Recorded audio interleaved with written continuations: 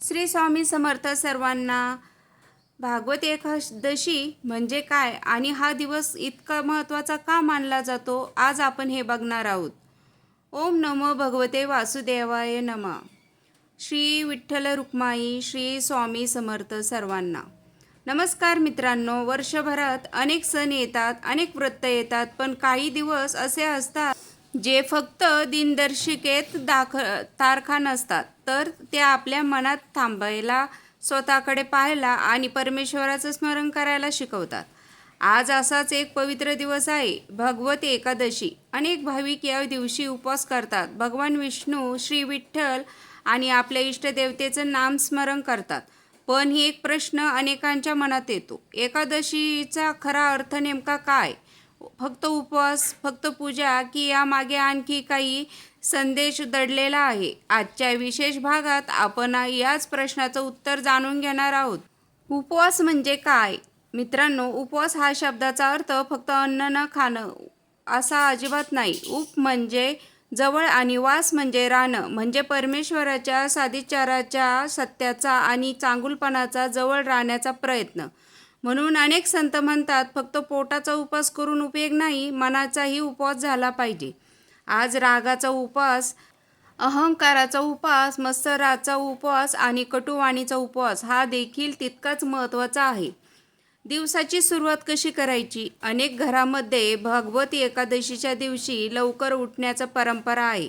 स्नान करून स्वच्छ वस्त्र परिधान करताना देवघर स्वच्छ करतात, दिवा लावतात आणि शांतपणे भगवान विष्णू किंवा श्री विठ्ठलांचं स्मरण करतात. यामागे भीती नाही, तर दिवसाची सुरुवात शांत आणि सकारात्मक विचारांनी व्हावी, हा उद्देश आहे. एक छोटी प्रेरणादायक गोष्ट. एका गावात एक वृद्ध वारकरी राहत होता. ते प्रत्येक एकादशीला उपवास करायचे. एक दिवस त्यांच्या नातवाने विचारलं, आजोबा, तुम्ही इतकी वर्ष उपवास करता का? आजोबा हसले आणि म्हणाले, बाळा, मी देवाला भूक दाखवण्यासाठी उपवास करत नाही, मी स्वतःला आठवण करून देण्यासाठी उपवास करतो की माझं शरीर जितकं महत्त्वाचं आहे, तितकंच माझं मनही महत्त्वाचं आहे. तो मुलगा काही क्षण शांत झाला, कारण त्याला उपवासाचा खरा अर्थ पहिल्यांदा समजला होता. या दिवशी काय करावं? अनेक भाविक या दिवशी श्रद्धेनुसार काही सुंदर गोष्टी करतात. देवघरात दिवा लावतात, ओम नमः शिवाय भगवते वासुदेवाय या मंत्राचा जप करतात, भगवद्गीता, विष्णू सहस्त्रनाम किंवा भागवंताचं वाचन करतात, तुळशीचा नमस्कार करतात, गरजूंचा अन्नदान किंवा पिण्याचं पाणी देतात, आई वडिलांचा आणि वडीलधाऱ्यांचा आशीर्वाद घेतात. ही प्रत्येक गोष्ट आपल्या श्रद्धेनुसार आणि आपल्या क्षमतेनुसार करावी. या दिवशी काय टाळावं? अनेक जण या दिवशी काही गोष्टी जाणीवपूर्वक टाळण्याचा प्रयत्न करतात. विनाकारण राग, कटू बोलणं, खोटं बोलणं, अन्न वाया घालवणं, दुसऱ्यांचा अपमान, निरर्थक वाद.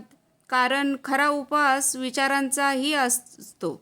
आजचा एक छोटासा संकल्प. मित्रांनो, आज या पवित्र दिवशी एका छोटासा संकल्प करूया. आज या कोणाचंही मन दुखावणार नाही, मी आई वडिलांशी प्रेमाने वागेन, मी अन्न वाया घालवणार नाही, मी एखाद्या गरजूला व्यक्तींना शक्य ती मदत करेन आणि दररोज किमान 5 मिनिटं शांत बसून परमेश्वराचं स्मरण करेन. हे छोटेसे संकल्प जीवनात मोठे बदल घडवू शकतात. मित्रांनो, भागवत एकादशी खरा संदेश भीती नाही, तर भक्ती, संयम आणि आत्मपरीक्षण आहे. पण या दिवशी संबंधित एक प्राचीन कथा आहे, जी आपल्याला शिकवते की एक छोटी चूक आणि त्यानंतर पश्चाताप माणसाचं संपूर्ण आयुष्य बदलू शकतो. मित्रांनो, आपण भागवत एकादशीचं महत्त्व समजून घेतलं. आता सर्वात महत्त्वाचा प्रश्न, या दिवशी नेमकं काय करावं? अनेक घरांमध्ये पिढ्यानपिढ्या काही सुंदर परंपरा जपल्या जातात. त्यामागे भीती नाही, तर श्रद्धा, शिस्त आणि मनशांतीचा विचार आहे. ब्रह्ममुहूर्तावर उठण्याचा प्रयत्न अनेक भाविक या दिवशी करतात. सूर्योदयापूर्वी उठण्याचा प्रयत्न करतात. सकाळची शांत वेळ प्रार्थना, नामस्मरण आणि ध्यानासाठी अत्यंत प्रसन्न मानली जाते.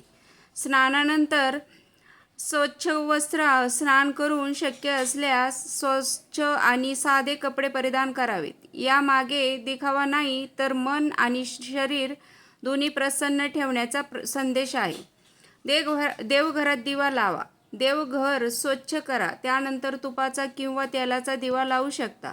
दिवा लावताना घाई करू नका. शांतपणे दोन्ही हात जोडून प्रार्थना करा. नामस्मरण. या दिवशी अनेक जण ओम नमो भगवते वासुदेवाय नमः या मंत्राचा जप करतात. काही जण श्री विठ्ठल रुक्माई या नामाचा जप करतात. संख्या महत्त्वाची नाही, भाव महत्त्वाचे आहे. पवित्र ग्रंथ वाचन. थोडा वेळ काढून भगवतीतील एखादा अध्याय, विष्णू सहस्रनाम किंवा भागवतातील एखादा प्रसंग वाचण्याचा प्रयत्न करा. दररोज शक्य नसेल तर अशा पवित्र दिवशी नक्की वेळ द्या. तुळशी पूजन. अनेक घरामध्ये तुळशीला नमस्कार केला जातो. तिच्याजवळ दिवा लावला जातो आणि शांतपणे प्रार्थना केली जाते. सेवा हीच खरी पूजा. या दिवशी शक्य असेल तर गरजू व्यक्तींना अन्न द्या, पिण्याचं पाणी द्या, एखाद्या वृद्ध व्यक्तीला मदत करा, कारण सेवा ही सर्वात मोठी पूजा मानली गेली आहे. आईवडिलांचा आशीर्वाद. देवाची पूजा करण्यापूर्वी किंवा नंतर आईवडिलांना नमस्कार करा. वडीलधाऱ्यांचा आशीर्वाद घ्या. अनेक संतांनी यालाही मोठं पुण्यकर्म मानले आहे. मित्रांनो, भागवत एकादशी फक्त एक उपवास नाही, ती स्वतःमध्ये चांगली बदल करण्याची एक सुंदर संधी आहे. पण या दिवशी काही गोष्टी जाणीवपूर्वक टाळण्याचा सल्ला दिला आहे. त्या कोणत्या आणि त्यामागचं कारण काय, आज आपण जाणून घेणार आहोत. मित्रांनो, आत्तापर्यंत आपण भगवद्गीता एकादशी महत्त्व जाणून घेतलं. या दिवशी काय करावं हेही समजून घेतलं. पण आजचा सर्वात महत्त्वाचा भाग आता सुरू होतोय. कारण जितकं महत्त्व काही गोष्टी करण्याला आहे, तितकंच महत्त्व काही गोष्टी टाळण्यालाही आहे. परंतु लक्षात ठेवा, या गोष्टी भीतीपोटी नाही तर मन शुद्ध आणि शांत ठेवण्यासाठी सांगितल्या आहे. एक, राग आणि वाद टाळा. भागवत एकादशीच्या दिवशी विनाकारण राग करणं, भांडणं, कटू बोलणं आणि दुसऱ्याचा अपमान करणं टाळण्याचा प्रयत्न करा. कारण रागामुळे सर्वात आधी आपलं मन अस्वच्छ होतं. आजचा दिवस शांततेचा आणि संयमाचा आहे. 2, खोटं बोलू नका. सत्य हा प्रत्येक धर्माचा पाया आहे. म्हणून आजच्या दिवशी शक्य तितकं सत्य बोलण्याचा प्रयत्न करा. जिथे सत्यामुळे एखाद्याचं मन दुखणार असेल, तिथे मौन हेही एक चांगलं उत्तर असू शकतं. 3, अन्न वाया घालवू नका. आपण उपवास करत असलो किंवा नसू, अन्नदान आदर करणं ही आपली जबाबदारी आहे. शक्य असेल तर आज एखादा गरजू व्यक्तीला अन्न द्या, पण अन्न वाया जाऊ देऊ नका. 4, वाईट विचारांपासून दूर राहा. आजचा दिवस फक्त शरीर शुद्ध करण्यासाठी नाही, मनही शुद्ध करण्यासाठी आहे. मत्सर, द्वेष, नकारात्मक विचार हे शक्य तितक्या कमी करण्याचा प्रयत्न करा.